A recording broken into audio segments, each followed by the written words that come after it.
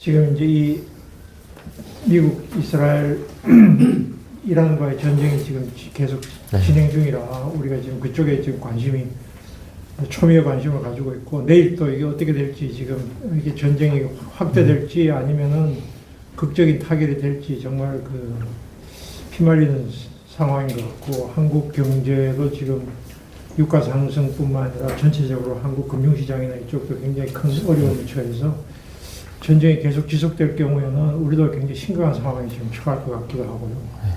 근데 이제 상대적으로 중국은 지금 거의 좀 조용히 있는 것 같아요. 그래서 이것도 궁금하기도 하고, 또 외신에 보면은 이번 전쟁이 어떻게 끝나는가가 물론 중요하긴 하겠지만, 장기적으로는 결국 중국의 헤게모니가 강화될 거라고 하는 썰이 많지만, 오히려 에너지 문제에 대해서 미국 패권이 더 강화될 거라고 하는 주장들도 있더라고요. 그래서 이런 것도 좀 궁금하기도 하고, 그래서 하남석 선생님이 지금 그래도 따끈따끈한 지금 중국의 현재 진행에 대해서 많이 알고 계시니까, 거기에다가 또 약간 좀 일반적인 앞으로 이 세계의 패권 구도가 이제 바뀌는 상황에서 어떻게 될까, 그런 부분도 좀 궁금하기도 하고 해서 제가 그런 질문들을 몇 개를 넣었습니다. 그래서 이제 첫 번째 질문은 저는 이란이 지금 위안화 결제를 조건으로 호르무즈를 통과시키겠다는 이야기를 며칠 전에 한 거 보고 깜짝 놀랐어요.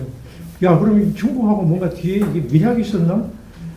그럴 것 같지는 않은데, 결국 이게 그럼 이란이 달러 헤게모니를 약화시키기 위한 깊은 뜻이 있었나? 이게 좀 궁금하기도 하고 해서 지금 그런 문제에 그냥 어떻게 생각하시는지, 지금 중국의 기본적인 포지션, 왕위가 물론 이제 발언도 하기도 했습니다. 주권 문제를 발언도 하기도 했는데, 일단은 약간 중립적인 포지션에 그래도 이제 미국을 비판하는 쪽에 무게가 가 있는 건 우리가 다 예상할 수 있는 이야기이긴 한데, 어쨌든 이 문제에 대해서 지금 이 전쟁에 대해서 중국은 어떻게 보고 있는지 그런 이야기를 좀 해주시면 좋을 것 같습니다.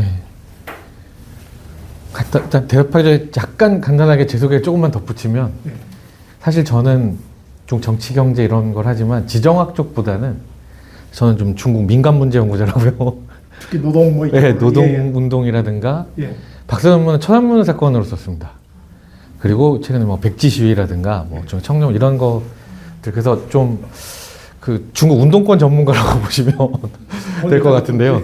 그런 얘기도 뒤에 이제 나올 텐데요. 한편 하지만 또 저희도 여러 필요에 따라서 중국 미국 관계라든가 정치 경제적인 문제, 중국의 체제에 대한 문제 이런 것들도 그래서 이제 공부가 부족하다 보니까 좀 세계적인 다른 학자들의 책을 번역하기도 하고 여러 프로젝트에 같이 참여하기도 해서 글도 써보고 그러는 중입니다. 사실 저는 지금 굉장히 중국이 크게 전략 속에서 이란하고 협의를 해서 위안화 결제를 하겠다라든가 그렇게 통과되겠다 이런 거를 조율하고 있지는 않은 것 같습니다. 그러니까 지금 중국은 굉장히 조용히 있거든요. 그러니까 수사적으로는 굉장히 미국을 비판하지만 실제로 액션을 취하는 거는 하나도 없다고 보시면 됩니다. 그러니까 말만 그렇게 하지. 왜냐하면 제가 봤을 때 중국에게 당분간 가장 중요한 거는 국내 안정입니다.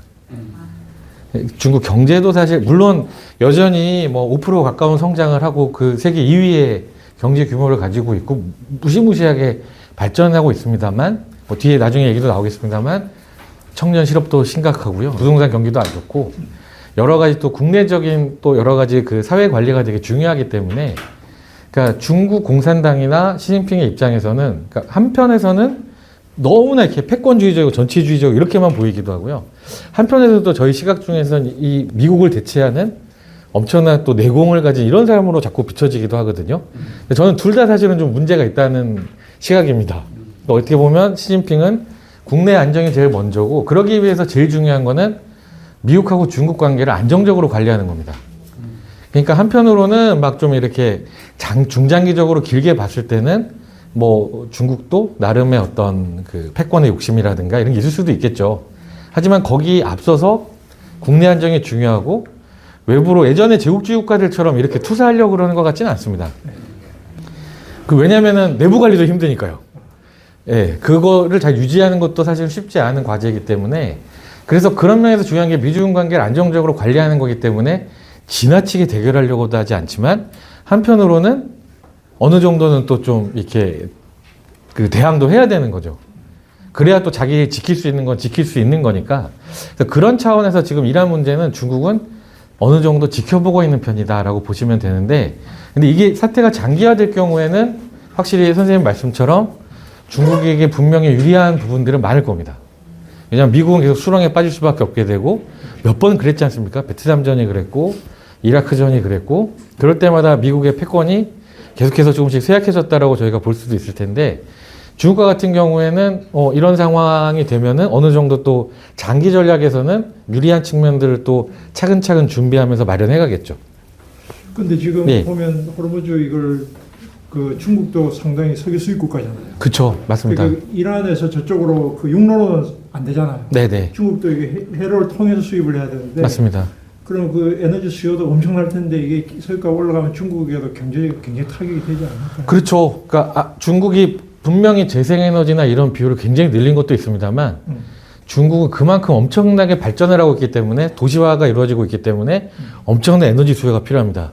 특히 AI라든가 이런 걸 굉장히 강화하고 있다 보니까 데이터 센터 돌아가는 게 사실은 다 써보고 그거 돌리는 게 다 전기지 않습니까? 그러니까 전기를 발생시키려면 여러 가지 이제 발전원이 필요한데 중국은 여전히 화력 발전이 제일 많고요. 그러니까 재생에너지 비중이 높아지고는 있습니다만 에너지 수가 굉장히 많다 보니까 원전도 엄청 많이 짓고 있습니다. 전 세계에서 원전 제일 많이 짓는 나라가 중국입니다. 한 40기를 한꺼번에 짓습니다. 지금 동부 해안 쫙 따라서. 사실은 좀 그런 부분도 앞으로 저희가 걱정되는 지점이기도 한데요. 하여튼 그런 수요가 있기 때문에 에너지 수요가 많이 올라간다라는 건 그러니까 저희 가격이 올라간다는 건 중국으로서도 엄청난 부담이기도 하죠.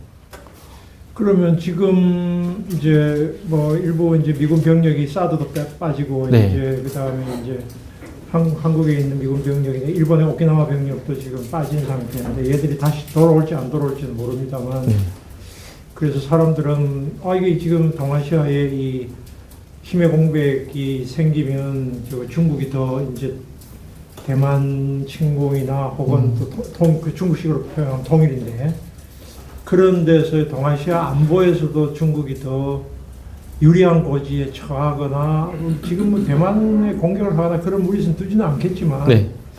그럴 위험성은 안보 공백 위험은 없다고 봐야 되나요? 괜찮나요? 그러니까 참 이게 어려운 게요. 그러니까 조금 이때는 중국에 대해서 좀 내재적인 시각으로 보자면, 그러니까 사실은 중국이 저는 미국이나 러시아처럼 호전적인 국가는 아니다. 예, 그러니까 외부에 이렇게 함부로 무력을 쓴 적이 별로 없습니다. 사실 가장 최근에 중국이 벌인 전쟁이라면 좀 올라가면 한국 전쟁이고요. 저희 참전했던 거. 그 다음이 베트남하고 전쟁입니다. 덩샤오핑이 처음 권력을 잡았을 때. 사실상 뭐 비겼다고는 하지만 중국이 졌죠. 그 뒤로는 사실상 어떤 무력을 이렇게 해외에 투사한 적은 없거든요. 근데 다만 대만 같은 경우에 중국에서 바라보는 입장은 이거를 어떤 국가 대 국가의 문제로 절대 보지 않습니다. 이건 국내 문제입니다. 그러니까 저희가 봤을 때는 홍콩에 대한 탄압이라든가 뭐 신지영 이런 인권 문제도 있고 왜 저렇게 하나 싶지만 이게 그들에게 대륙에 있는 이 공산당이나 이 사람들이 봤을 땐 이건 남의 나라 문제가 아니라 자기 문제라고 생각하고요. 심지어 대만도 자기 나라 문제인 거죠. 그러니까 이제 이런 시각의 차이가 확실히 있습니다. 예, 그런 부분이 있다라는 것이고, 다만 제 생각에는 뭐 한쪽에서는 또 중국을 좀 악마화하면 언제든지 대만을 침공할 거라고 생각하고, 한쪽에서는 또 중국을 너무 이렇게 천사처럼 보고 그럴 일은 없을 거라고 하지만 사실은 진실은 그 가운데쯤에 있는 것 같습니다. 그러니까 왜냐하면 대만의 무력으로 이렇게 한다라는 건 결국에 미국이 됐든 일본, 한국이 다 딸려 들어가는 문제거든요. 그렇죠. 그럴 수밖에 없죠. 북한도 연루가 될 수밖에 없고, 동아시아의 안보 문제 심각하게 이렇게 한번 흔들어지는 어떤 그런 상황이기 때문에 참 조심스러운 문제예요. 미군이 아무리 빠져들어도 기지가 있고 공군들이 움직일 수 있기 때문에 당연히 그렇게 되면은 서로 타격을 하거나 어느 정도 위협이 될 수밖에 없고, 만약 진짜 침공을 하게 되면 대만도 무력이 약한 나라는 아니거든요. 근데 섬이니까 점령을 해야 되지 않습니까? 그럼 사실상 실제로 그런 전력을 함부로 하기가 중국도 너무 타격이 크고요. 그래서 오히려 그 전문가들이 볼 때는 대만을 압박하는 제일 좋은 수단은 중국에서 훈련을 할 때도 보면 해상 봉쇄를 해버리는 겁니다. 그러면 이제 대만도 에너지가 이제 석유라든가 이런 게 들어가야 되는데 그게 이제 못 들어가면 굉장히 곤란해지고 이제 항복을 해야 되는 상황이 되는 거죠. 그러니까 그런 봉쇄라든가 압박을 하겠지 막 무리하게 막 해병대들이 들어가고 전투기가 폭격을 하고 이런 일은 솔직히 좀 가능성이 낮은 게 아닌가. 근데 가능성이 낮은 것이지 제가 없다고는 안 했습니다. 왜냐하면 시진핑의 입장에서는 조금 욕심이 있습니다. 왜냐하면 전임 지도자들 자기는 이제 마오쩌둥이나 덩샤오핑의 버금가는 지도자라고 생각하는데 중국에 좀 그런 말이 있거든요. 마오쩌둥은 이 나라를 만든 사람입니다. 짠칠라 중국을 세운 사람이고 덩샤오핑은 개혁개방을 하면서 중국을 부유하게 만든 사람이죠. 시진핑 자기는 강하게 만든 사람인데 여전히 미국이라든가 이런 나라에 비하면 좀 떨어지잖아요. 그렇게 됐을 때 시진핑이 이제 하나의 이제 그만한 업적을 만드는 거는 대만을 마저 이제 통일을 하게 되면 더 그레이터 차이나니까 말 그대로 이 중화 제국을 다시 복원을 하는 게 되는 거죠. 그러면 1840년 아편 전쟁 이후로 자기들이 잃어버렸던 이런 것들을 이제 홍콩, 마카오도 찾았고 대만까지 찾으면 완벽하게 이제 그 중화 제국의 복원이 이루어지고 어떻게 보면은 이제 민족의 수건을 푸는 일이 되거든요. 그 정도면 사실은 굉장히 중요한 업적을 그거는 마오나 떵도 하지 못한 일을 하게 되는 거니까 그런 욕심은 솔직히 있다는 얘기들이 좀 많이 있습니다.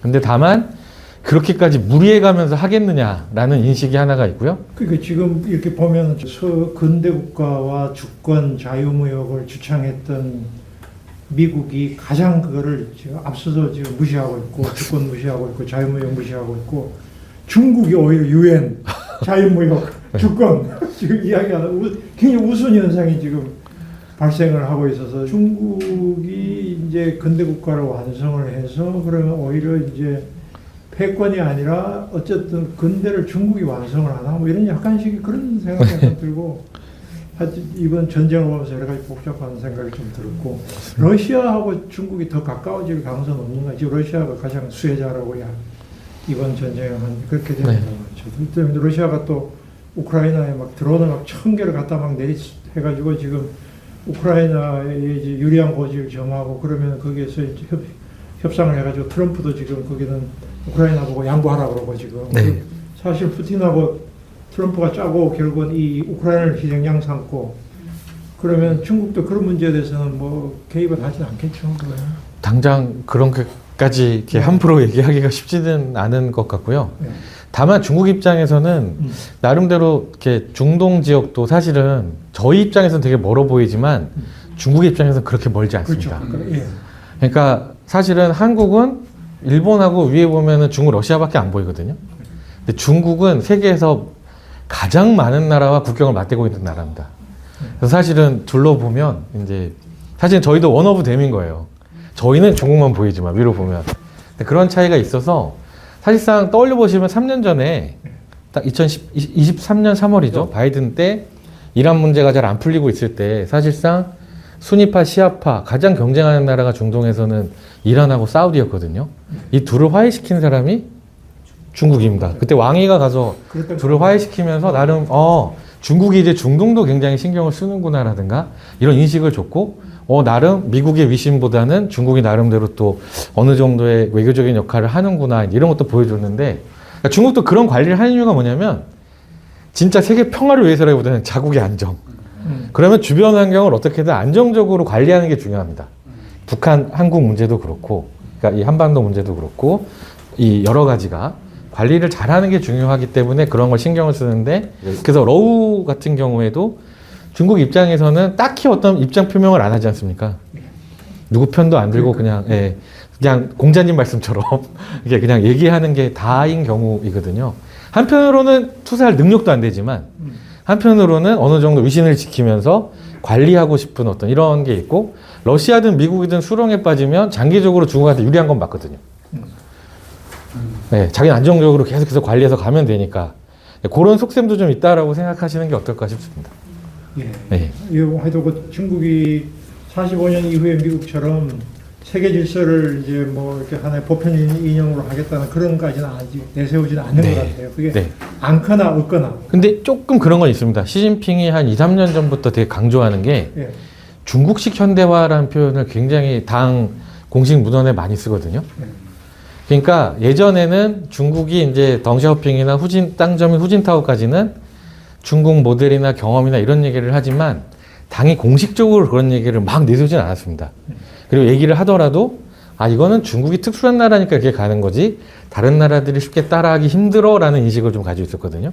근데 시진핑 시기부터는 조금씩은 좀 이렇게 발언이 조금 세집니다. 그러니까 뭐냐면 서양 너네들의 근대만이 근대는 아니야. 우리도 나름대로 이렇게 발전을 해왔고 이런 모델이 나름 개발도상국들한테는 모델이 될 수 있지 않을까.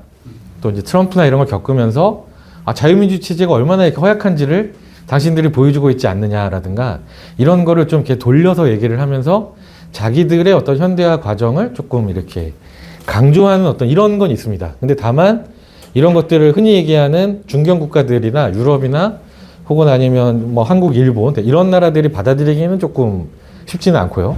근데 다만 아프리카나 그 권위주의 어떤 이런 개발 국가들 같은 경우에는 그런 모델들이 은근히 또 이 매력이 있는 거죠. 자기들한테는.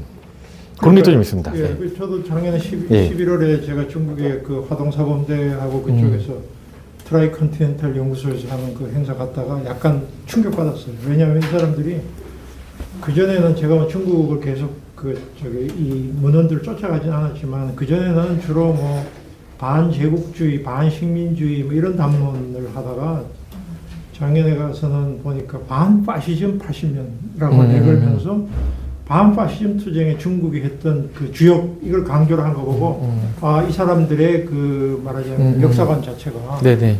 아, 꽤 변화가 언제부터 그걸 반파시즘이라는 용어로 통일했는지 잘 모르겠는데 네. 그거 이야기 듣고 내가 약간 충격받았어요. 어쨌든 그래서 아, 이 사람들이 보편적인 건 아니지만 그래도 이제는 이제 뭐 일본 너희들하고는 이제 우리 일본하고 싸운 거에 관심 없어 이거는 이런 식의 이제 그 이야기를 하는 거 보고 아, 이 사람들은 네. 그 역사관이 변하고 있구나. 그 그렇죠. 현실관이 결국 네. 그런 포지션이구나라는 느낌이 좀 있었어요. 선생님 그때 가실 때 아프리카 사람들 많이 보지 않으셨습니까? 네. 브라질 오고요, 아프리카 예, 오고, 예. 인도 오고 해서 예, 예. 러시아 오고 왔는데 이제 한국하고 이제 이게 일본은 곁다리로 갔고 네, 그 네, 네. 사람만 그 사람들이 거의 판을 치면서 글로벌 그쵸. 사우스 중심으로 네. 그렇게 하죠. 그러니까 저도 20년쯤 전입니다만 베이징에 이제 그때 공부하러 갔을 때 1년 반 정도 그때 중국의 베이징에 있었는데 되게 흥미로운 게 이제 마오쩌둥 시기에 조금 이제 아프리카 신경을 썼다가 예. 자기도 가난하니까 이제 투자할 여력은 없는 거죠. 한참 있다가 후진타오 시기 들어서 아프리카에 엄청나게 진출을 많이 했습니다. 그리고 아프리카 유학생들을 엄청 데려가요. 중국어 가르치고 중국 사상 가르치고 아프리카 이제 유명 좀 유명 집안의 자식이라든가 공부 잘하는 친구들을 데려다가 그러니까 마치 제가 거기서 뭘 느꼈냐면 예전에 미국이 이렇게 저희 제3세계 중에서 뭐 한국이나 자기 우방 국가들의 이제 예, 장학금 주고 이렇게 데려가지 않습니까? 네, 네. 그리고 이제 미국의 이런 사상을 가르치고 이제 돌아가서 이제 학문을 할 수 있고 시카고 학파 뭐 이런 얘기 나오듯이 마치 중국이 아프리카를 대상으로 그런 느낌을 좀 많이 받았습니다. 이제 내가 좀 과장해 너무 이제 그 겁을 먹어서 그런지 모르겠는데 이 사람들이 그게 아마 이제 대학의 연구소지만 사실은 뭐 당이 다 개입했다고 봐야 되고 정부가 뒤에서 주도한다고 봐야 되는데 네. 연구소 이름도 트라이컨티넨탈 3대륙. 네. 야, 그럼 우리나라의 대학에서 3대륙 연구소 하는 그런 데가 있나? 얘들의 시야가 이미 그까지 갔나? 네. 이 생각이 딱 들어요.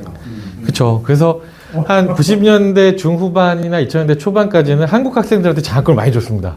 유학도 저희 많이 가고 그랬는데 그때부터는 이제 주요 대학들 베이징에 이런 대학에서는 한국 학생들 장학금 많이 안 주고 아프리카 친구들한테 장학금을 엄청 드렸죠. 그러니까 굉장히 공을 많이 그래서 여기에 굉장히 좀 이렇게 견제가 들어가는 나라가 있더라고요. 프랑스. 그러니까 프랑스는 또 이제 아프리카가 예전에 자기 땅이잖아요. 그러니까 미국은 오히려 아프리카 쪽보다는 중남미에 관심이 많고 이 프랑스가 굉장히 그 아프리카 대륙에 관심이 많지 않습니까? 자기들이 원 그거인 것 같고 불어 쓰는 사람도 많고 프랑스에서 당시에 보면은 중국이 아프리카 진출에 대해서 그 견제하는 책들이 불어로 굉장히 많이 나오더라고요. 그래서 그런 것도 좀 특이한 현상이기도 했습니다. 예. 예, 중국 내부 문제인데요. 네네. 그 얼마 전에 뉴스에 보니까 지금 중국에도 이게 불평등이나 이게 굉장히 심해져 가지고 네. 상속세 문제가 아주 쟁점이 된다는 게 나왔더라고요. 그래서 중국 내에서는 우리가 상식적으로 알고 있는 거는 불평등이 있지만 도농 간의 이것 격차도 굉장히 심하고 그렇죠. 그런 또 부패는 물론 이제 있고 그래서 야 이게 사회주의 아직 사회주의 포기하지 않은 나라에서 소유권 자체가 완전히 사적 소유가 보장되지 않은 나라에서 이게 상속이라는 게 무슨 소리지? 이런 이제 약간 질문도 되기도 하고 네네네네. 그래서 이 내부에서 심각한 이 격차라고 할까 억만장자들하고 이제 보통 이 비참하게 살아가고 있는 사람 중국이 아직 GDP가 미국의 3분의 1 정도라고 제가 들은 거 1인당 GDP. 1인당 GDP 예. 그죠? 예, 그런데 이 격차라는 거는 상상할 수 없을 정도로 이미 커진 상태인데 이런 문제를 이 사람이 어떻게 극복을 하려고 하는지 그게 궁금하더라고요. 그게 제일 큰 문제죠. 그러니까 뭐 이미 많이 중국을 다녀오신 분들도 많으시겠지만 그 발전된 것도 많이 보시고 낙후된 것도 보시고 예. 두 가지를 아마 다 보셨을 것 같습니다. 사실은 개인적인 얘기로 좀 올라가면요. 예. 저도 개인적으로 중국을 좀 공부하게 된 계기는 저희도 뭐 대학 때 이제 학생운동도 하고 이제 그러다 보니까 뭐 저희는 이제 중국과 중문과 이렇게 다니면 그 선배들이 던져주는 책들이 있죠. 리영인 선생님 책도 좀 던져주고 그 다음에 뭐 닥터 노범 베순 그쵸? 뇌봉 그 다음에 중국의 붉은 별 이런 거 주면 예. 저희도 이제 아직은 이제 그런 책들이 이제 굉장히 좀 낭만적으로 느껴지고 또 그런 걸 배우고 뭐 그러다 보니까 이제 중국에 대해서도 좀 더 관심이 가고 그래서 이제 가게 됐는데 군대를 갔다 와서 이제 그래도 어학연수는 갔다 와봐야 되겠다 싶어서 딱 갔는데 처음부터 만나는 게 국어라는 사람들이고 2000년대 초반 2001년에 제가 장춘 길림성에 그 장춘에 길림대학에 중국어를 배우러 갔었는데요. 대학 4학년 때. 그리고 거기 중국의 동북 지역이 국유기업들이 굉장히 많거든요. 예전부터 저기 만주국 시절부터 쭉 거기에 이제 지었는데 이 중국도 우리가 비슷한 시기에 96년부터 해서 국유기업의 구조조정에 들어갑니다. 원래는 평생 직장을 철법통이라고 하지 않습니까? 사회주의 국가들이 주다가 이 사람들을 중국식 정리해고를 해요. 싹 다. 그러니까 집이나 이런 걸 뺏을 수는 없죠. 그건 사회주의 약속이니까. 노동관계를 해지해버립니다. 그러니까 이제 실제로는 정리해고를 당한 거죠. 그런 사람들이 한 2천만 명 정도 중국 전국에서 한국 노동인구가 한꺼번에 이제 일자리를 잃은 겁니다. 그래서 특히 장춘이나 이런 데들이 그런 도시였기 때문에 제가 봤던 모습은 이제 그 국유업 노동자들이 이제 청원을 하러 그 관청 앞에서 좀 시위도 하고 뭐 이런 것들을 보면서 제가 딱 느낀 게 뭐냐면은 부천에서 그 저희 그때 대우자동차 노동자들 이런 모습하고 완전히 오버랩 되는 거예요. 그럼 이게 나는 중국의 사회주의가 뭔가 있겠거니 하고 왔는데 여기서 만나는 건 한국의 정리해고당한 노동자들과 중국에서 이거를 보고 있으니까 정말 좀 이거 뭐지? 생각보다 되게 동시대적이구나 우리. 그런 거를 한번 좀 연구를 해봐야 되겠다는 생각을 깊이 가지게 됐고요. 그래서 좀 내려오면은 이제 빈부격차죠. 그러니까 한쪽에서 아우디나 벤츠 최고급 자가 이렇게 가서 한 끼에 300만 원, 400만 원 식당이 있는데 이미 그 20, 30년 전에요. 한쪽에서는 진짜 한 끼에 100원, 200원도 안 하는 밥을 먹는 농민공들이 이렇게 있는 거죠. 그 현실을 이렇게 보면서 이거 뭐지? 진짜 이거 뭔가 사회주의 국가라면 약속이라면 세계에서 제일 평등해야 될 나라 아닙니까? 마오쩌둥 시기에는 모두 다 똑같이 가난하긴 했지만 평등했거든요. 근데 부유해졌지만 사실은 이 부는 편중되고 그러면 사회주의 약속은 어디로 사라지는 거지? 라는 생각도 많이 하게 되고 그러다 보니까 이게 누적되는 게 있죠. 뭐 그런 것들이 있는데 그러니까 중국도 그런 거를 신경을 안 쓰는 것은 아닙니다. 그래서 후진타오 시기 들어서 당의 슬로건이 좀 바뀌는 게 조화사회론. 2인 위본이라고 해서 사람이 근본인 발전. 이제 그런 얘기부터 시작을 해서 이제 쭉 나름대로 뭐 농민들 세금도 좀 감면해 주기도 하고 뭐 여러 가지를 하기도 하고 시진핑도 농촌에 굉장히 많은 자원을 투자하기도 하고 여러 가지 공동부 이런 걸 내걸긴 합니다만은 기본적으로 저는 그러니까 어차피 그 부자들한테 강제로움을 뺏을 수가 없는 상황이거든요, 중국은. 그러니까 여기서 아까 선생님 질문하셨듯이 사유재산 얘기하는데요. 중국은 토지를 제외하면 모든 건 사유재산 인정이 됩니다. 건물은 사유재산 인정이 돼요. 그러니까 상속이하게 나오는 거. 네, 건물은 사유재산 인정이 되고 중국도 이 2006년에 물권법이 통과되거든요. 그게 왜냐하면 중국도 개혁 개방을 하고 시장 경제를 받아들이고 해외 자본도 받아들이고 내부에 자본가들이 생겨났는데 중국은 절대 자본가라는 말을 안 씁니다. 기업가라고 하죠. 공식적으로 사회주의 체제니까. 그러면 저희는 이제 기업가랑 자본가랑 다른 게 뭐야 하면서 중국 학자들을 살살 놀리기도 하고, 예, 얘기도 하고 이러는데, 예. 그러니까 기본적으로 그 물권법 통과의 과정도 되게 시간이 오래 걸렸습니다. 그러니까 중국도 시진핑이나 뭐 최고 지도 마음대로 하고 싶다고 마음대로 되는 건 아닙니다. 물론 통과는 되지만 은근히 토론의 과정을 많이 거쳐요. 그래서 물권법 통과할 때는 당내 마오주의자들이나 좌파들도 굉장히 반대를 했습니다. 당원 1억 명인데 생각이 다 같을 수가 없습니다. 그냥 자유주의자도 있고 마오주의자도 있고 뭐 여러 사람들이 다 있죠. 물론 이제 95%는 거의 대부분 그 당의 노선을 충실히 따르는 사람들이겠습니다만, 하여튼 결국에 물권법 통과시키면 이거는 자본주의 받아들이자는 거다, 주자파들이다, 막 이런 올드한 분도 많으셨고, 근데 결국에는 통과가 됐죠. 왜냐하면은 사회의 흐름이 글로 넘어가는 거니까요. 그래서 중국은 어떻게 보면 한국 부자들이 보던 천국입니다. 상속세 없고 보유세 없고요. 왜냐하면 토지만 국가 소유지 건물은 개인 소유거든요. 그거 어떻게 할 겁니까? 토지를 어떻게 할 거예요? 사용권을 판매합니다. 토지는. 소유권은 국가나 집체가 가지고 있지만 토지의 사용권은 판매를 하는 거거든요. 그러니까 실제로는 그냥 그거 어떻게 해요? 그러니까 토지 사용권을 40년, 50년 연장 다시 해주는 겁니다. 실질적으로는 토지는 국가 소유지만, 그리고 주요 기업들이 국유 기업들이지만, 에너지라든가 여러 가지 뭐 저희도 옛날에 공기업 있었듯이 뭐 한전 옛날에 뭐 저희 다 공기업들이었잖아요. 그러니까 중국이 그런 게 공기업이 큰 기업들이 은행이 또 다 공기업이고 국유 기업들이고 4대 은행들이 그것뿐이지 사실상 건물이나 뭐 차나 뭐 이런 건 다 사유재산이고요. 중국 제 또래 사람들이나 그 걱정은 뭐냐면요. 우리 부동산 안 오르는 거, 나 주식 투자한 거 망한 거 똑같습니다. 한국하고. 청년들은 지금 청년 실업 심각하거든요. 거의 뭐 대학생 절반이 논다고 뭐 이렇게 할 수 있는데 걔네들도 우리 대학생들하고 똑같습니다. 어떻게 하면 취업할 수 있을까, 뭐 할 수 있을까, AI 때문에 일자리 없지 않을까, 이런 고민인 거죠. 그래서 제가 어젠가 저기 Foreign Affairs라는 잡지 거기에 누가 페이스북에 올린 거 보니까 그 야성황이라는 사람. 네, 황야성. 네. 그 사람 국내에 번역된데 혹시 읽어보신 분 계실지 모르겠지만 중국 필패라는 책이 있습니다. 그러니까 중국이 왜 미국을 이길 수 없는가. 결국은 이제 그 뭐라고 할까, 중국 체제 국가주의나 이런 경직성이나 그다음에 자유로움이나 뭐 이런 혁신이 안 일어나는 뭐 그런 이야기인데, 이 사람이 쓴 글의 제목이 뭐냐면 How China Forgot Karl Marx. 제가 제목 보고 약간 읽다가 왔습니다. 그래서 그 이게 많이 사회주의지 사실상 그 훨씬 더 노골적인 자본주의 아니야? 뭐 예를 들면 이야기가 들려서 이게 그럼 중국이 무슨 이런 문제를 그러면 극복할 수 있는 방안이 국가가 그냥 위에서 계속 때려서 할 수 있는 것도 한계가 있고, 시민사회가 뭐 활성화되어 있는 것도 아니고 노조나 이런 것도 다 오용노조인데 이게 뭐 불평등을 해소할 방법이 있나? 이런 생각이 살짝 들긴 하더라고요. 그러니까 확실히 후진타오 시기에는 그 중국 당국이 굉장히 강조했던 게 뭐냐면, 그러니까 짱점인 시기에 굉장히 정리해고도 많이 하고 이제 그런 게 있다 보니까 거버넌스를 되게 강조했습니다. 그러니까 중국에서도 나름 시민사회 섹터가 생겨났거든요.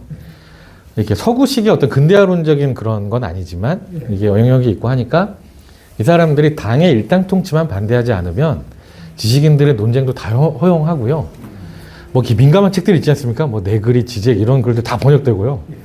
예, 뭐 중국에 막 가면은 한국에도 번역이 안 된 뭐 책들이 좌파학자들 책이 다 있었고 그랬는데, 그것도 있고 한편으로는 또 이제 NGO들을 많이 육성시켰습니다.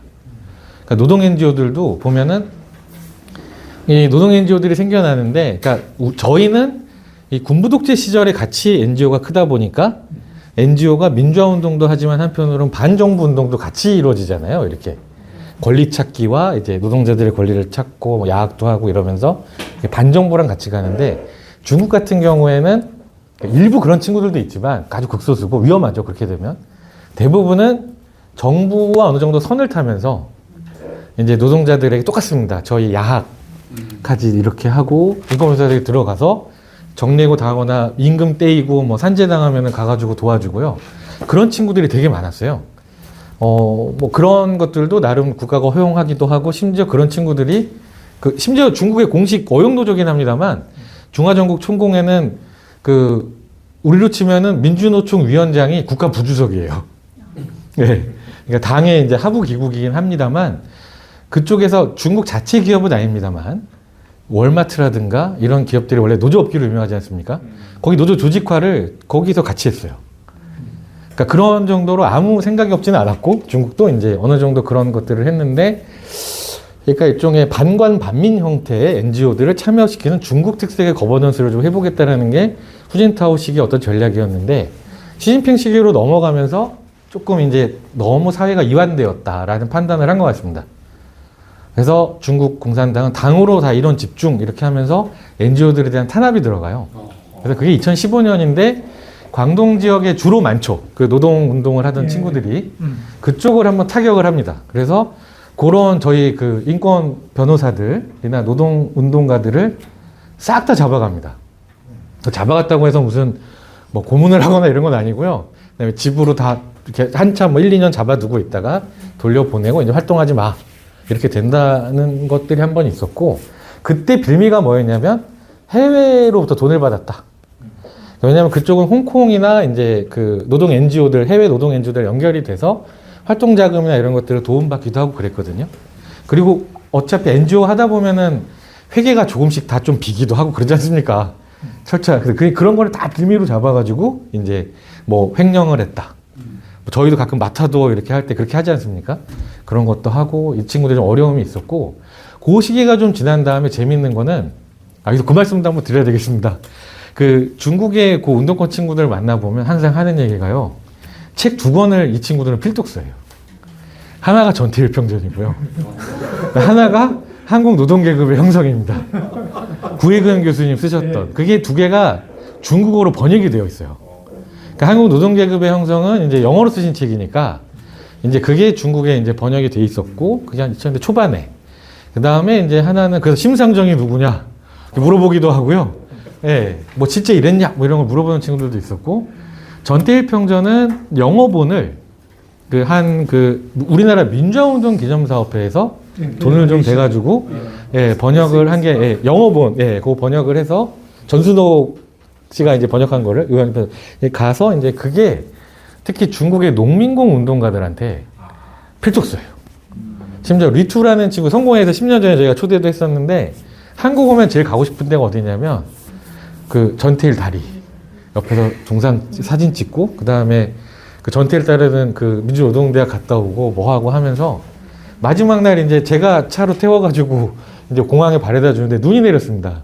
비행기 좀 연발하면 어떡하지? 뭐 이렇게 얘기를 하는데 혼잣말로 전태일 열사가 나 보내주기 싫은가 봐. 막 이러는 거예요. 눈 내리니까.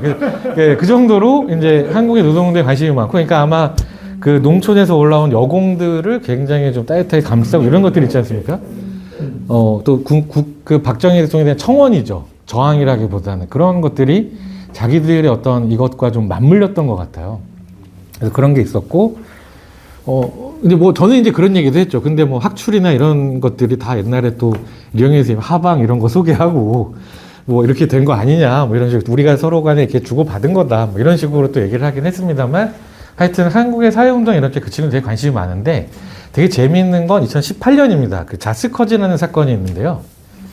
이게 뭐냐면 광동 지역에 그 제이시기로 꽤 큰 회사입니다. 주식도 상장돼 있고 발전기인가 발전 뭐 이런 거를 만드는 이런 회사인데 거기서 우리랑 옛날에 비슷한 거죠. 노동자들이 오면 구보도 시키고 뭐 약간 좀 가혹행위도 하고 그런 게 있다 보니까 이 노동자들이 이제 농촌에서 올라온 이 친구들이 이제 우리 이렇게 살 수 없다. 그래서 이제 저항을 하기 시작을 한 거죠. 독립노조를 꾸리고. 근데 재밌는 게 그 사이에 중국의 대학에 마르크스주의 학회들이 생긴 거예요. 북경대, 뭐 명문대학들에. 이 친구들이 이제 연대를 하겠다. 그래가지고 노동운동 지원단을 꾸려가지고 이 친구들이 광동으로 내려온 거예요. 방학 때. 우리 치면 이제 농활 가구 옛날에 그 뭐 저희도 뭐 농활 이런 가지 않습니까? 이게 중국 당국에서 볼 때는 위험한 거예요. 그래가지고 이 친구들 싹 다 잡아갔습니다.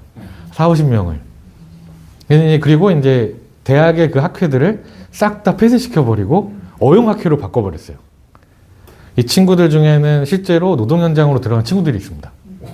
그 공부를 하고 거기서 마오쩌둥 선집이랑 마르크스를 읽고 좀 놀랍죠?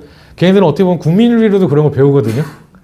근데 한편으로 또 자기들끼리 자체적으로 학습을 해서 이제 그렇게 간 거죠. 물론 그 중국 내에서 또 중국에 사회운동하는 친구들끼리는 뭐 다수는 아니고 물론 소수입니다만 그걸 가지고 논쟁이 시작이 됐어요. 얘네들은 성급했다. 우리는 여전히 당이 있고 농촌에 가서 조금 더 많이 해야 되고 그 마치 딱 이 논쟁이 뭐냐면요. 무림 항림 논쟁이 똑같이 또 중국의 인터넷에서 벌어지는 거예요. 그래서 생각보다 되게 우리가 시기도 그렇고 뭣도 그렇고 뭐 따라가는 게 아니고 어느 정도 비슷하기도 하고 뭐 하기도 하고 되게 흥미롭다는 생각을 가졌는데 그 뒤로는 사실상 지금 중국은 시진핑은 그 뒤로 뭐 NGO법, 방간처법 이런 거 만들고 코로나도 있었고 또 홍콩에 대한 또 이것도 있었고 그러면서 실제로 많은 NGO들이 홍콩에 본부를 두거나 이런 데들이 다 지금 깨지고 흩어지고 없어지고 이제 지금은 좀 어떻게 보면은 중국의 사회운동으로서는 암흑기죠. 그래서 이제 그 다음 질문이 그거와 네. 관련이 되는데요. 그러니까 최근 10년 사이에 시진핑 체제가 저렇게 이제 경직되게 가는 걸 보면서 제가 느낀 생각인데 우리가 상식적으로 봤을 때 자본주의가 발전하려면은 어느 정도의 뭐 시장 경제라고 할까 아니면은 자유주의라고 할까 이런 부분들이 필요하고 이게 자본주의가 상부 구조가 억압적인 국가나 전체주의 국가가 상부 구조가 아니라 자본주의는 그래도 자유민주주의와 같이 결합되는 게 아닌가라고 하는 약간 상식적인 우리가 이제 이론이 있지 않습니까? 네네네.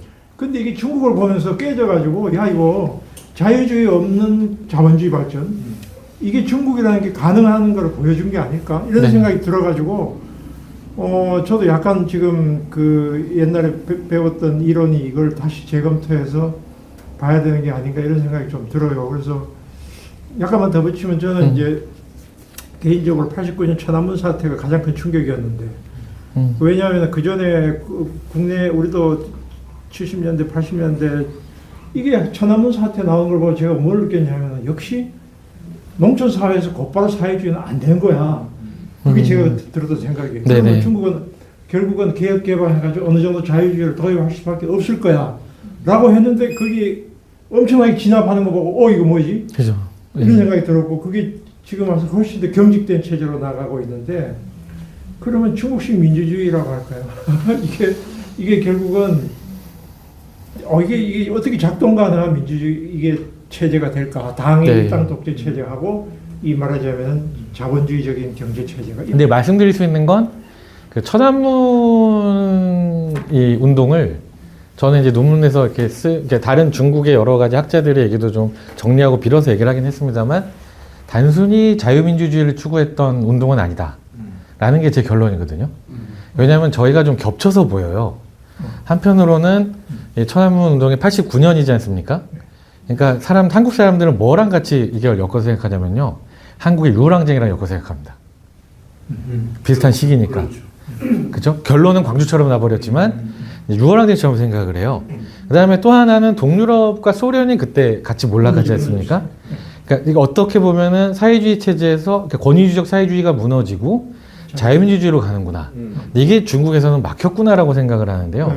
되게 흥미로운 건 80년대와 90년대 이후 중국 경제는 완전히 다릅니다. 그러니까 천안문 사건의 원인은 뭐냐면 제가 봤을 때는 가장 큰 거는 80년대 이제 원래 70년대 말까지는 계획 경제를 하다가 시장을 일부 도입을 한 거예요. 농촌에서는 성공을 했는데 도시에서는 하나의 물건이 이제 두 개의 가격이 생겨버린 거죠. 국가가 정하는 계획 가격과 시장이 정한 시장 가격이 있습니다. 그럼 시장 가격이 더 비싸요. 그러니까 마치 뭘 떠올리시면 되냐면 군대 다녀온 분들은 잘 아실 텐데요. 군대에서 주는 이 면세품들은 싸지 않습니까? 근데 내 필요에 따라 PX 가면 비싸잖아요. 시장 가격은 이 물건을 더 빨리 가지고 싶은 사람들 수요가 있다 보니까 세지니까 어떤 일이 생기냐면 힘이 있거나 그 주변에 있는 사람들이 원래 배급이 돼야 될 물건을 어떻게 합니까? 빼돌려서 시장에 팔아버리는 거예요. 그럼 거기서 엄청난 차익을 얻고 부정부패가 확 확산이 돼버리는 겁니다. 그러면은 중국 노동자들은 월급도 그 당시에는 사기업이 없잖아요. 다 국유기업들이지 않습니까? 그럼 월급도 계획가격으로 받습니다. 근데 물가는 어떻게 되죠? 계속 올라가죠. 인플레이션이 2년 사이에 하이퍼 인플레이션 거의 2~3배가 올라버립니다. 그러니까 도시 지역에서 이 사람들이 이 분노에 찬 거예요. 지금 국가에 대해서 요구하는 게 뭐냐면 이거 부정부패 해결해라. 인플레이션 해결해라. 근데 학생들은 또 좀 다릅니다. 학생들은 좀 자유주의 사상에 좀 물들어 있었죠. 이게 그래서 이 노동자들이라든가 이 학생들이라든가 이런 사람들의 생각이 다 달랐고요. 심지어 학생들도 자기들의 시위를 애국적 사회주의라고 불렀습니다. 이 친구들이 단식에 들어간 건 뭐냐면 그 4월 26일 인민일보 사설에 반혁명 동란이라고 표현을 하니까 외부 세력처럼 표현을 하니까 억울한 거예요.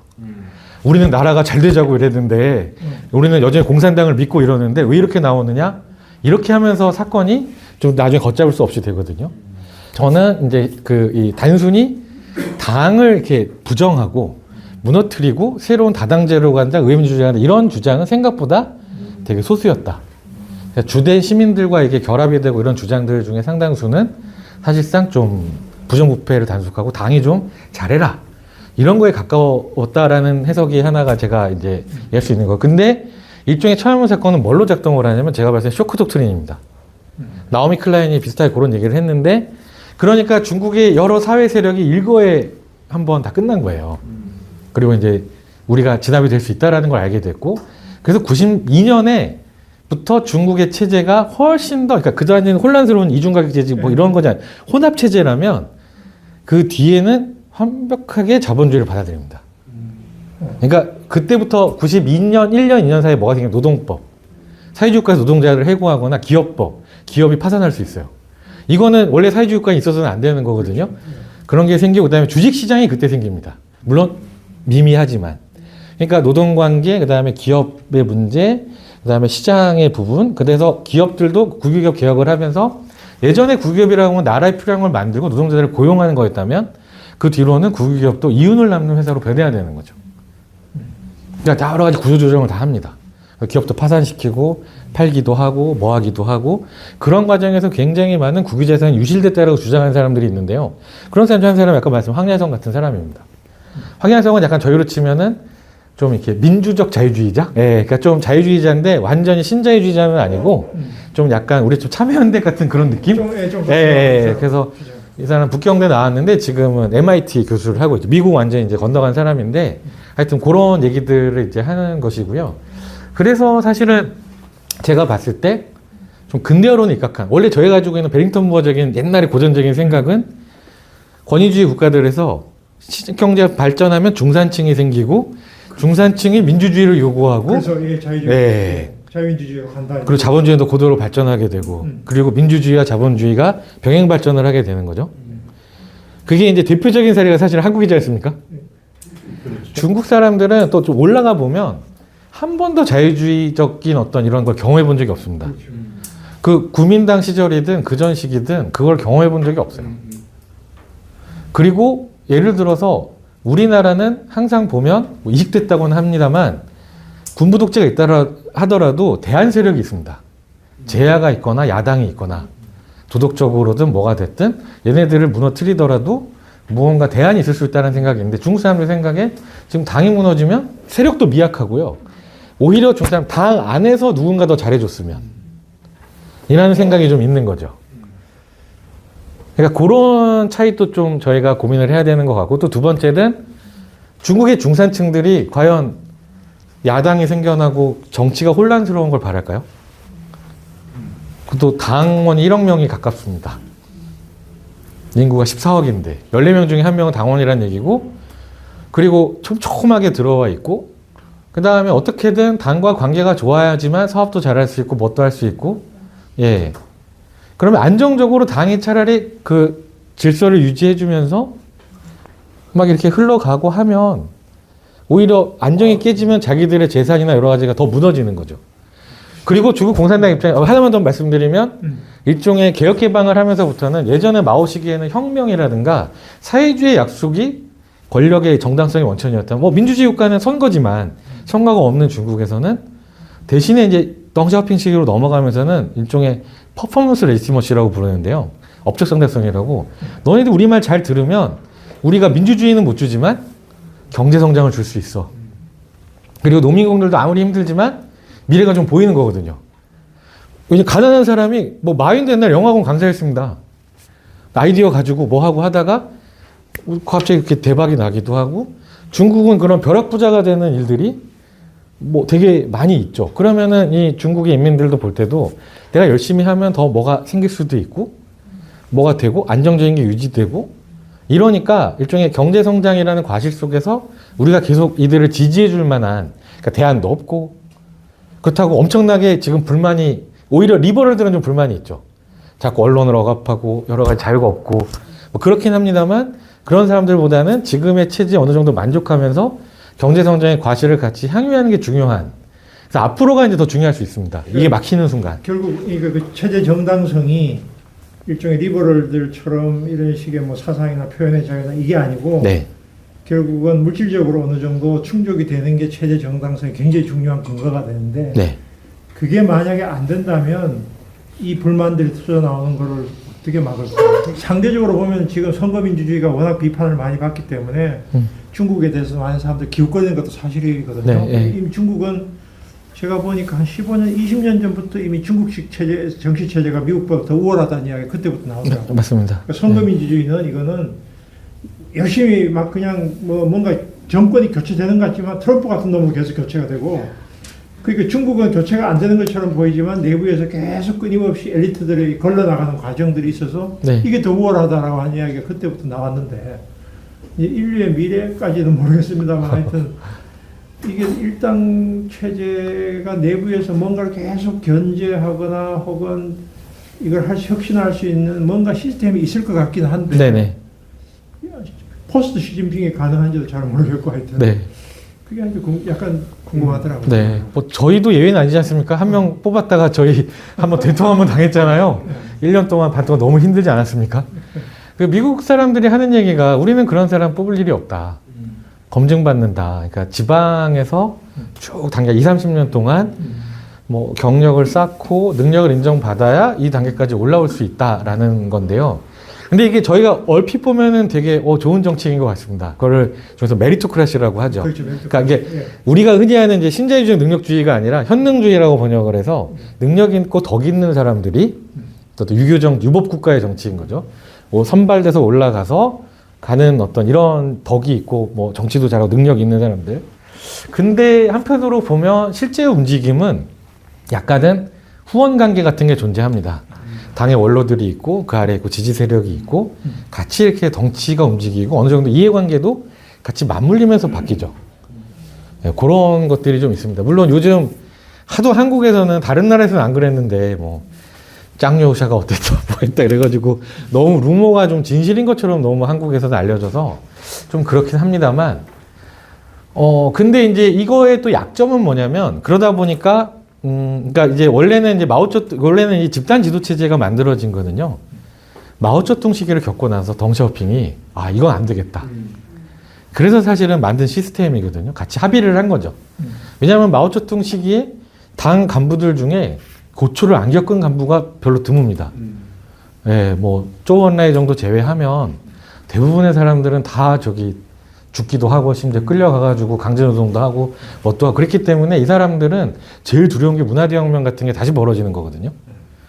그 트라우마가 되게 큽니다. 그래서 안정적으로 뭔가 견제도 하고 누구 한 명 튈 수 없게 만드는 게 이제 집단 지도 체제였는데 그래도 이제 한 90년대까지는 원로들이 여전히 많이 살아 있었거든요.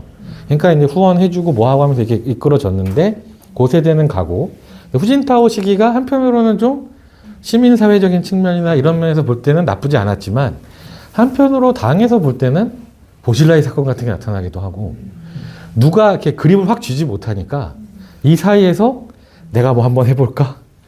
막 이렇게 약간 갈등도 생겨나고 이런 걸 문제 있다고 본 것 같아요. 그래서 그 다음에 시진핑의 개인적인 권력력도 있겠습니다만은 제 판단은 여러 가지로 합의를 본 것 같다. 미국하고도 좀 경쟁도 해야 되고 지금 위기의 시기고 우리가 여러 가지 병목을 극복해야 된다라면 권력을 좀 집중시켜가지고 1점 돌파 한번 해보자. 라는 게 어느 정도, 당내에도 약간의 권력 투쟁이 그 당시에 좀 심하게 있었던 것 같습니다. 보실라의 쪼우영칸 그 사건들은 전모가 블랙박스에 있던 게 드러나진 않았지만, 뭐 알게 모르게 쿠데타 설도 여전히 나오고요. 그 당시에. 너무 일찍 지도자가 딱 선발이 되니까 나머지 친구들이, 에이, 나한테 기회가 없는 거네라든가.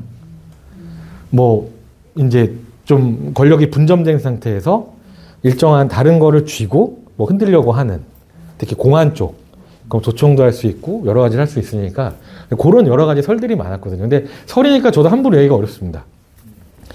이게 시진핑은 좀 권력이 집중되다 보니 또 문제는 그러니까 아까 선생님께서 말씀하신 것처럼 그런 게 작동을 하는지 안 하는지에 대한 판단이 잘 안 서는 거예요. 일종의 좀 뭐라 그럴까, 그 전에 가지고 있었던 장점이 또 사라지는 거죠. 또 1인에게 권력이 집중되다 보니까 그런 문제들도 있고, 그러다 보니까 자꾸 나오는 얘기가 이제 뭐 군부에서 뭘 하려고 그랬다, 불만을 가진 세력이 뭐 하려고 그랬다, 그러니까 자꾸 루머만 양산이 되는 거죠. 그리고 자꾸 치기도 하고 부정부패로. 그러니까 어쩔 수 없습니다. 이렇게 권력이 이렇게 어느 정도 이렇게 그 일부 세력들이 분점을 하고 있다 보면 결국에는 부정부패가 생길 수밖에 없고요. 그래서 중국 친구들하고 얘기하다 보면 너네 이렇게 부정부패 어떻게 할 거냐, 이거 뭐 어떻게 할 거냐 이렇게 얘기하면은 그 친구들 씩 웃으면서 그래요. 우리는 5천 년 동안 상수였어. 변수가 안 된대요. 변수가 아니라는 겁니다. 우리는 변수로 보는데 우리는 5천 년 동안 있을 때는 상수래. 오히려 지금 이게 잘하고 있는 거다. 뭐 이런 얘기도 하고. 그래서 참 중국 사람들 낙천적이구나. 네, 근데 확실히 기층이나 분위기에서 엄격해진 건 사실입니다. 굉장히 그 예산 사용이라든가 뭐라든가 여러 가지 엄격해진 건 분명히 있죠. 그래서 일반 대중들, 기층의 이런 사람들은 시진핑에 대한 인기가 되게 좋아요.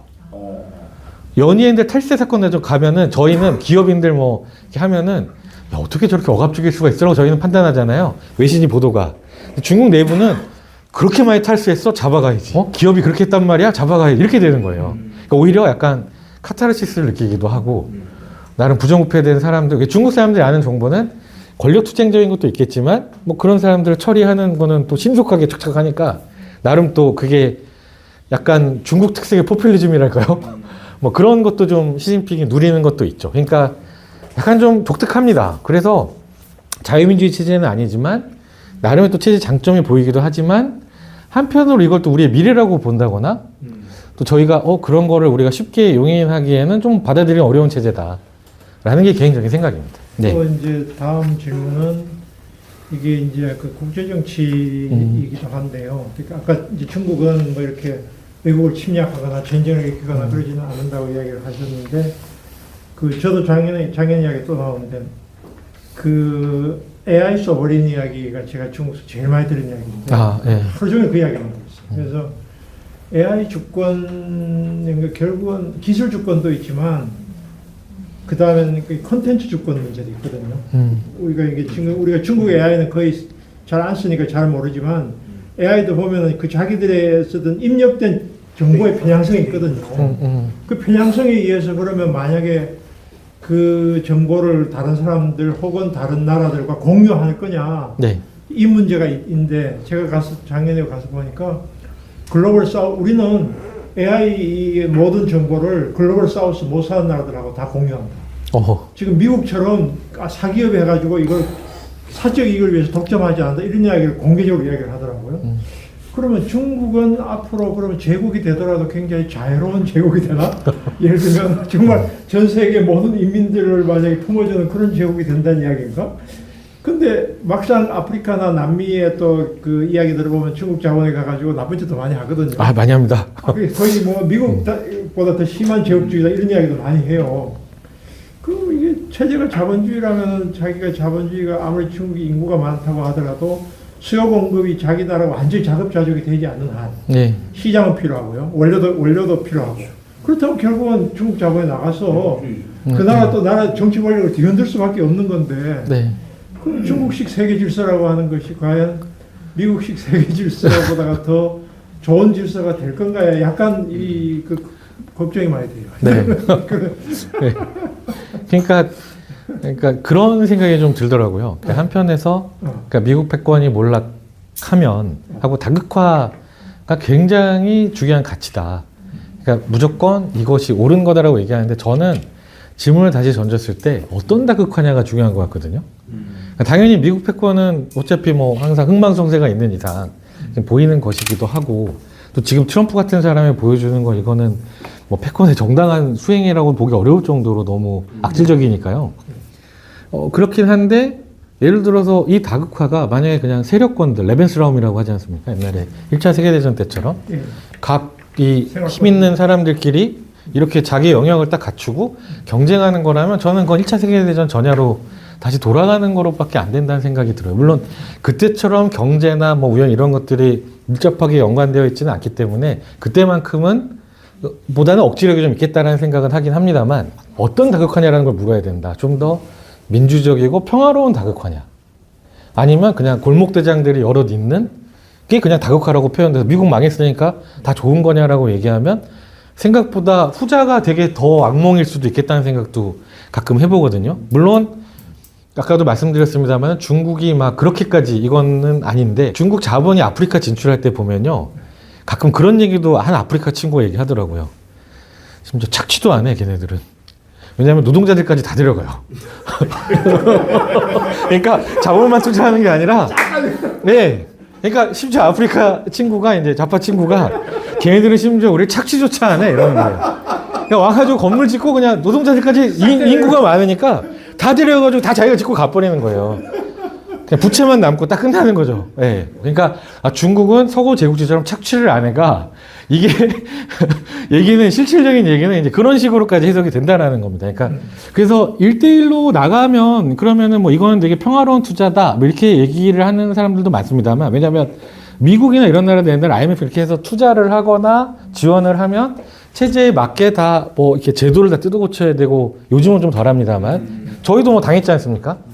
근데 이제 중국 같은 경우에는 정치 체제라든가 이런 걸 요구하지 않고 가서 이제 인프라 투자만 하니까 뭐 이거는 굉장히 다르지 않느냐. 뭐 어느 정도 좋은 점도 있죠. 근데 다만 저는 중국이 그렇게 하는 이유는 뭐냐면 국내에 지금 과잉 자본이 엄청납니다. 과잉 생산 능력이 엄청나요. 이게 있으면 이거는 거품 다 터지게 돼 있거든요. 그러니까 이제 자꾸 나가서 지어야 되는 거예요. 진출해야 되잖아, 자본이. 이걸 해놔야만 해결이 되는 거죠. 지금 이런 산업 물품들도 자꾸 덤핑으로 막 밀어내거든요. 철강, 화학 지금 우리나라도 지금 철강하고 화학 지금 여수 산단하고 지금 난리도 아니지 않습니까? 그 이유가 뭐냐면 중국이 엄청나게 물량을 밀어내는 거예요. 왜냐면은 네. 뭐 이럴 수밖에 없는 철강도 지금 철강 회사들 다 지금 죽을 맛입니다. 한국도. 예. 그렇게 한 다음에 그럼 다른 나라들이 무너지면은 이제 가격을 다시 올리겠죠. 네, 이제 그런 것들이 중국이라고 해서 무슨 굉장히 착하고 선한 나라는 아닙니다.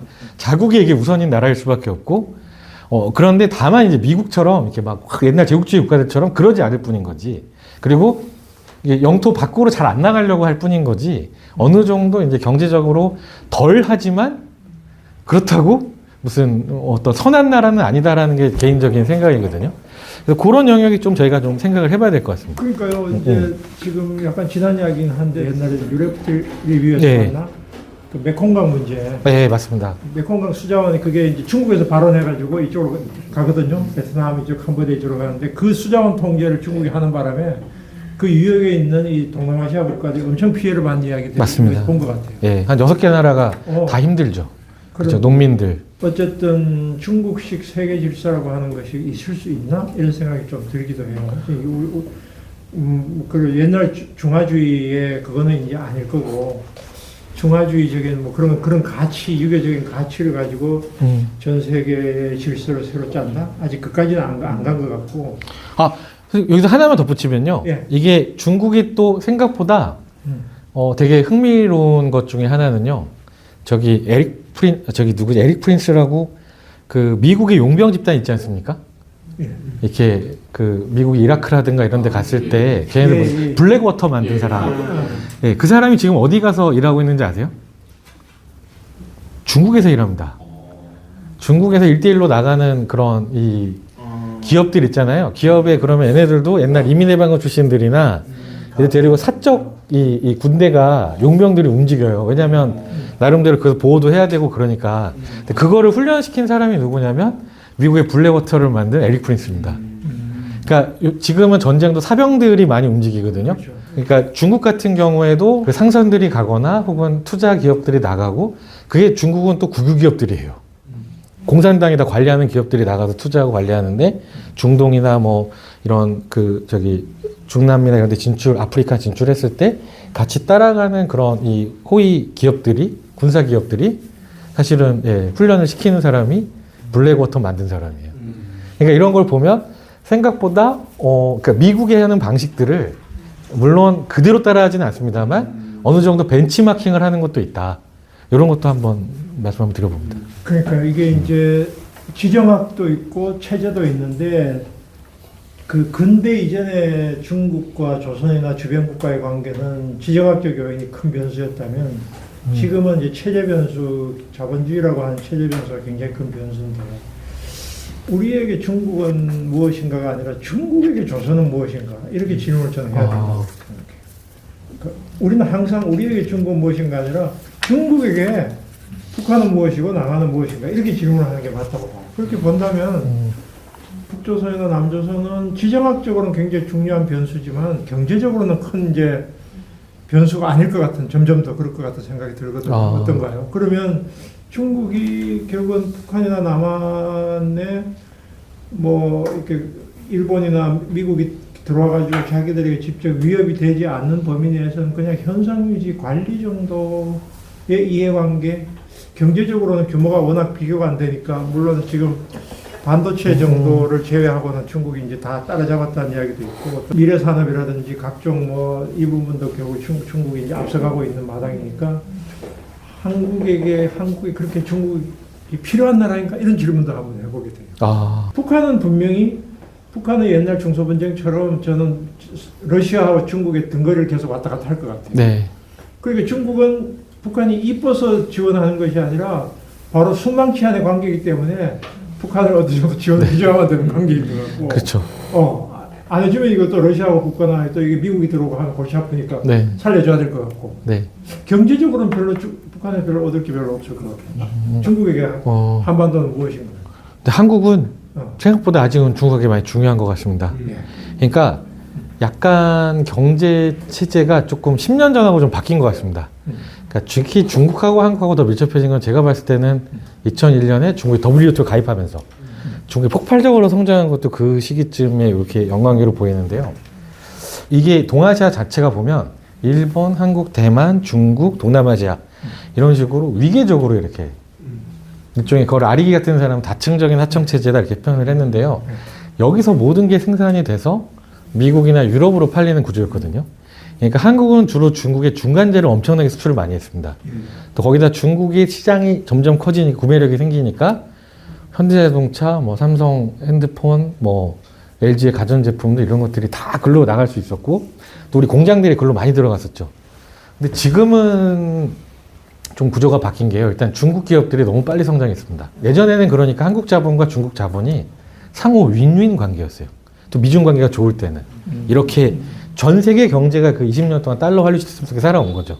근데 저는 균열이 난 거는 확실히 글로벌 금융위기라고 보고요. 이 글로벌 불균형 자체가 오래 갈 수 있었던 균형적인 체제는 아닙니다. 그런 상황이 됐고 중국도 이제 자구책을 찾게 되고 안에 도약이 이루어지다 보니까 이제는 생각해 보시면 한국 기업들하고 중국 기업들이 글로벌 시장에서 경쟁 관계입니다. 그러니까 현대자동차와 BYD 전기차가 동남아 시장에서 경쟁을 한다든가 혹은 아니면 삼성의 갤럭시와 샤오미 핸드폰이 인도 시장에서 경쟁을 하는 거죠. 이미 중국 국내 시장에서는 다 저희 게임 끝났고요. 이제 여전히 한국이 우위를 가진 거는 이제 반도체. 메모리 반도체고, 그 다음에 이제 하나가 조선. 사실 조선도 10년 전에 생각해 보시면요, 한국 조선사 문 닫으라 그랬어요. 사양산업이라고 그러고. 왜냐하면 전부 다 중국이 그 벌크션들을 다 수주를 했거든요. 근데 중요한 거는 이게 자동차나 이거랑 달라서 이건 뭐 양승훈 박사님이나 이런 분들이 잘 알기는 아는데 이게 용접이라든가 여러 가지 그게 좀 이게 기술이 중국이 숙련도를 못 따라와가지고 얘네들이 이제 싼 값에 그냥 이렇게 했다가 지금 중국 조선사들이 망하는 추세거든요. 오히려 한국이 그 중간 기술 수준에서 버틴 겁니다. 지금 효자가 됐는데 문제는 한국 자체 이제 노동자들에 대한 대우가 안 좋으니까 숙련도가 떨어지는 지금 문제가 생겨서 한국도 이 경쟁력이 얼마나 오래 갈 것이냐가 지금 퀘스천 마크가 있긴 한 건데 아까는 좀 상반된 거고요. 근데 메모리 반도체는 여전히 중요합니다. 그래가지고 재미있는 건 삼성이 박근혜 때 그 서안에다가 반도체 공장 크게 지었거든요.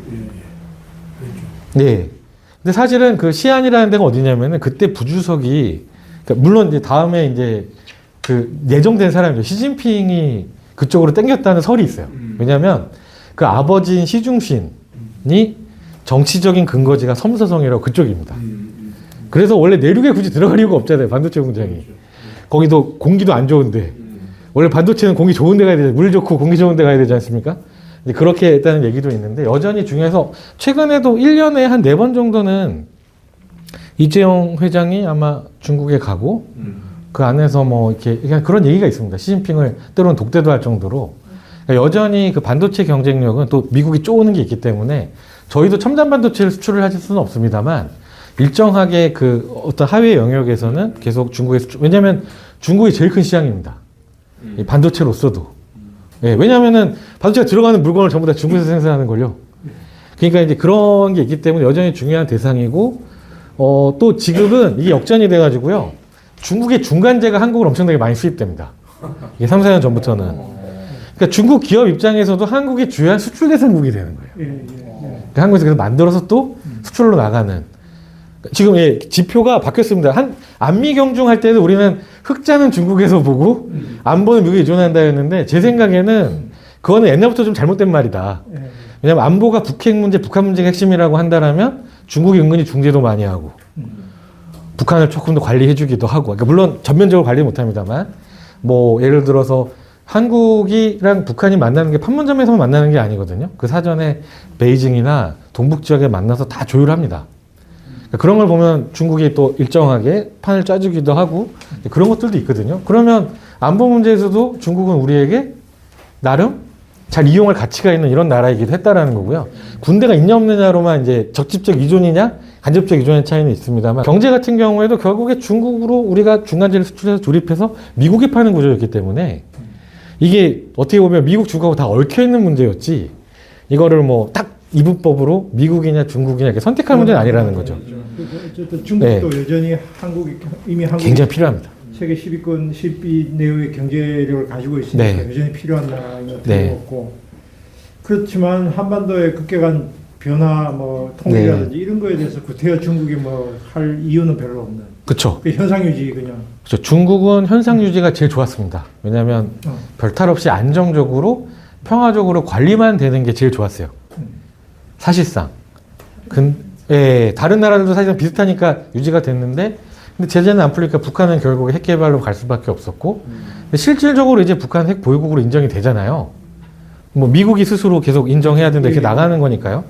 그 다음에 러시아 우크라이나 전쟁에서 북한이 참전해버리고 한국에서는 심지어 막 무인기가 왔다 갔다 하고 또 이란 지금 문제들 이렇게 터지면서 어떤 국제적인 어떤 지정학 자체가 굉장히 이렇게 굉장히 흔들리는 상황이니까 그러니까 중국의 입장에서도 그 한반도 문제나 이런 것들을 어떻게 관리해야 될지가 되게 좀 중요한 걸로 가 있지만 하여튼 저는 제일 우선은 중국은 자국 내 안정을 위해서 여기를 관리하는 거죠. 그러니까 평화로워야 돼요. 그러니까 유지가 되어야 되고 그게 제일 중요합니다. 그래서 여기에 현상 변경이 심하게 일어나는 거는 바라지 않죠.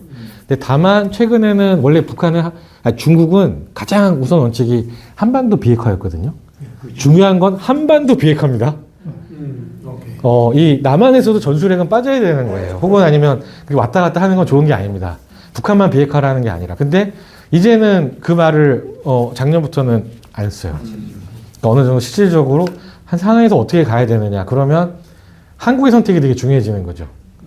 요즘 아예 적대적 두국가론 얘기하니까 저 개인적인 생각은 이걸 어떻게 해야 되는지가 한국에서는 논쟁이 돼야 되는데 제 생각에는 좀 기존의 한국 보수 세력의 흡수 통일론도 이제는 저는 냉전적 사고나 이건 끝난 것 같고요. 햇볕 정책도 이제는 한계에 달한 게 아니냐. 어떤 새로운 패러다임을 좀 고민해야 될 타임이 왔는데 너무나 좀 기존의 관성대로 한국의 주요 정치 세력들이 가고 있기 때문에 이 변화에 좀 어떻게 대처하고 새로운 얘기를 할지 누가 콜럼버스의 달걀을 깰 것인가 그게 지금 굉장히 중요한 이슈가 아닌가라는 생각을 합니다. 그러면 중국도 거기에 맞춰서 또 뭔가 변화가 있겠죠. 며칠 전에 유럽에서 그 일종의 동아시아, 일본, 한국까지 포함하는 일종의 협력 관계를 제안한 이야기, 이게 얼마나 좀 권위 있는 건지 모르겠지만 이게 지금 이제 국제 질서가 변하니까 유럽 국가들도 지금 계속 지금 미국하고 선을 점점 긋고 있잖아요. 네. 그러다 보니까 유럽만 아니라 이제 동아시아에서 한국, 일본도 같이 놀 수 있는 애들이다 이렇게 되니까 얘들하고 같이 저걸 해가지고 이른바 중견국가. 그러니까 캐나다 총리가 얘기했듯이 이제 미중 사이에서 중견 국가들끼리 서로 좀 연대를 해가지고 뭔가 무역이나 이런 데 서로 좀 이 자유무역 같은 거 서로 개방을 하고 이런 식으로 해가 힘을 키우는 게 좋지 않느냐 이런 이야기가 나오는 것 같아요. 네. 있을 수 있는 이야기 같아요. 네네. 그럴 경우에 이제 일본은 아무래도 물론 이번에 그 다카시가 가서 이제 저기 조금 네. 이상한 이 행동도 하긴 했지만 그래도 기본적으로는 파병은 안 하는 걸로 확실하게 선을 그었고 네. 그렇지만 일본은 미국하고 훨씬 더 가깝고 한국은 포지션이 또 일본하고 또 다르잖아요. 네. 그러니까 중국하고도 더 일본처럼 저렇게 척을 질 수 없는 입장이고 맞습니다. 이런 이제 변화가 지금 국제 질서가 급격히 변화해서 이게 우리가 중국하고 앞으로는 어떤 정말 그 관계를 유지해야 우리가 지금 2000년 동안 중국의 영향권 하에 살았잖아요. 네네. 최근 100년 제외하고. 네. 그러면 중국의 문화권 하에 살아왔는데 그 중국이 다시 이렇게 커지면 또 4대 국가 4대가 해야 되나? 문제 이런 생각이 이제 드는 거예요. 근데 일본하고도 재밌는 게요. 지금 뭐 정치권은 좀 이렇게 중국하고 이렇게 완전히 척지는 것처럼 막 거의 관광객도 안 보내고 이러고 있습니다만 놀라운 통계는요. 작년에 일본의 대중국 수출이 엄청 늘었습니다. 무역량은 더 증가했어요. 왜냐하면 중국도 반도체를 키우다 보니까 소부장 수입이 일본이 또 소부장이 강하지 않습니까? 반도체에 대한 그러니까 글로 가는 거예요. 그러니까 실질적인 이런 거는 움직이고요. 일본의 그 기업인들이나 알게 모르게 중국 통들은 다 움직입니다. 그러니까 사실은 한국도 좀 그런 부분, 그러니까 그냥 실용이라고 하는 게 실질적으로 움직일 수 있는 건 움직이되 저는 예전에 가치외교도 이게 가치외교를 표방한 반공 극우외교에서 문제인 거지 사실상 어느 정도 그래도 우리가 그래도 민주주의 강국으로서 뭐 인권 탄압이나 이런 데서 한마디 얘기도 할 수 있고 그러니까 독일 같은 경우가 천안문 망명자들을 제일 많이 받는 나라거든요.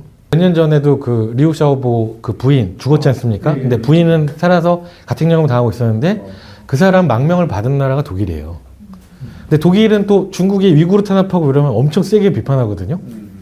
근데 한편으로는 대통령이나 총리가 중국 갈 때는 독일 기업인들 다 데리고 갑니다. 그럼 또 중국도 함부로 못 대하고 같이 또 악수할 거 하고 협상하고. 선생님 말씀하시면 좀 재밌는 게요. 이게 칸이만 그런 얘기를 한 게 아니라 이미 몇 년 전에 케빈 러드라고요. 이 사람이 중문과 출신으로 시드니 대학 중문과인가 호주 국립대학 중문과 나왔는데 호주 총리했습니다. 노동당 총리했고 처음으로 원주민들한테 사과했던 공개 사과했던 그런 분인데 이분이 중문과 나오고 중국통이에요. 그래서 이랬고 중국어로 후진타오랑 이렇게 대화를 하는 이런 사람인데 이 사람이 몇 년 전에 낸 책이 피할 수 있는 전쟁이라고요. 그 지도 교수가 심지어 그레엄 앨리슨입니다. 그 지도 교수는 피할 수 없는 전쟁이라는 책을 썼잖아요. 투키디스의 함정. 근데 이 사람은 얘기를 하면서 시나리오를 한 10개 이렇게 왜냐하면 호주 총리였으니까 지금 미국 대사입니다. 근데 이제 이 사람이 이제 쭉 이제 써서 중국 대사도 하고 미국 대사도 하게 되는 거죠. 쭉 이렇게 쓴 내용들이 핵심은 뭐냐면 중경국 연대입니다. 거긴 한국, 일본, 독일, 프랑스 이런 나라들, 호주. 그러니까 일종의 저는 그래서 이제 미국하고 중국이 레드라인을 넘지 않게 해야 된다. 그러니까 일종의 그 사람이 표현하는 건 관리되는 전략 경쟁. 중국 때 너희들 선 넘지 마. 경쟁은 해. 근데 진짜 옛날에 1차 세계대전, 2차 세계대전처럼 이렇게 선 넘는 일은 하지 않았으면 좋겠다. 그러니까 그게 우리는 그 정도의 힘이 있고 연결되어 있기 때문에 그러니까 약간 제 느낌은 전 춘추전국 시대 합종 연행 대결인가? 미국과 중국은 어떻게든 서로 이걸 하려고 하는 거고 주변의 이 중견 국가들은 어떻게든 연대를 해서 누가 하나가 강해지지 않으면서도 관리하면서 어떻게 가려고 하는 물론 중국의 역사의 결과는 좀 이쪽이 안 좋았습니다만 그래서 어떻게든 그걸 통해서 좀 이런 부분을 해결해보자라는 의견들이 없지는 않은 것 같고 사실은 지금 우리 같은 경우에도 어느 정도 그 정도의 역량이 있는 나라 아닌가 국방력이든 경제력이든 민주주의의 어떤 거 문화적인 힘이든 그런 생각을 좀 가지고 있습니다. 역량은 있는데 역량만큼의 발언을 못하고 있죠. 네. 그 옛날에 일본에 전 세계가 일본 욕했듯이 한국도 아마 그 욕 먹을 수 있어요. 네. 일본이 경제는 뭐 저건데 자이언트인데 정치는 난장이라고 하는 것처럼 한국도 경제는 이제 발언할 수 있는 위치에 있는데 정치적 발언은 아주 극도로 조심하잖아요, 사실은. 네. 그건 뭐 이해는 해요. 우리가 또 에너지 자립도 굉장히 낮고 석유 의존도가 굉장히 높고 수출 의존도 높은 나라이기 때문에 내가 대통령이라도 아마 조심할 것 같아요. 네. 조심할 것 같은데 근데 학자의 입장에 나와서는 우리가 훨씬 더 목소리를 이제 낼 때다 지금이야말로 낼 타임이 왔다라고 생각을 하는데 이게 우리가 준비가 안 돼 있고, 그리고 우리가 낸다면 그 어떤 가치를 가지고 그쵸. 어떤 우리가 표방하는 민주주의와 그다음에 이상적인 사회 대안을 제시할 거냐라고 하는 부분이 오히려 우리에게 숙제가 아닌가. 네, 맞습니다. 이런 생각이 좀 들기도 하고, 그래서 중국을 보면서 여러 가지 생각이 많이 들었습니다.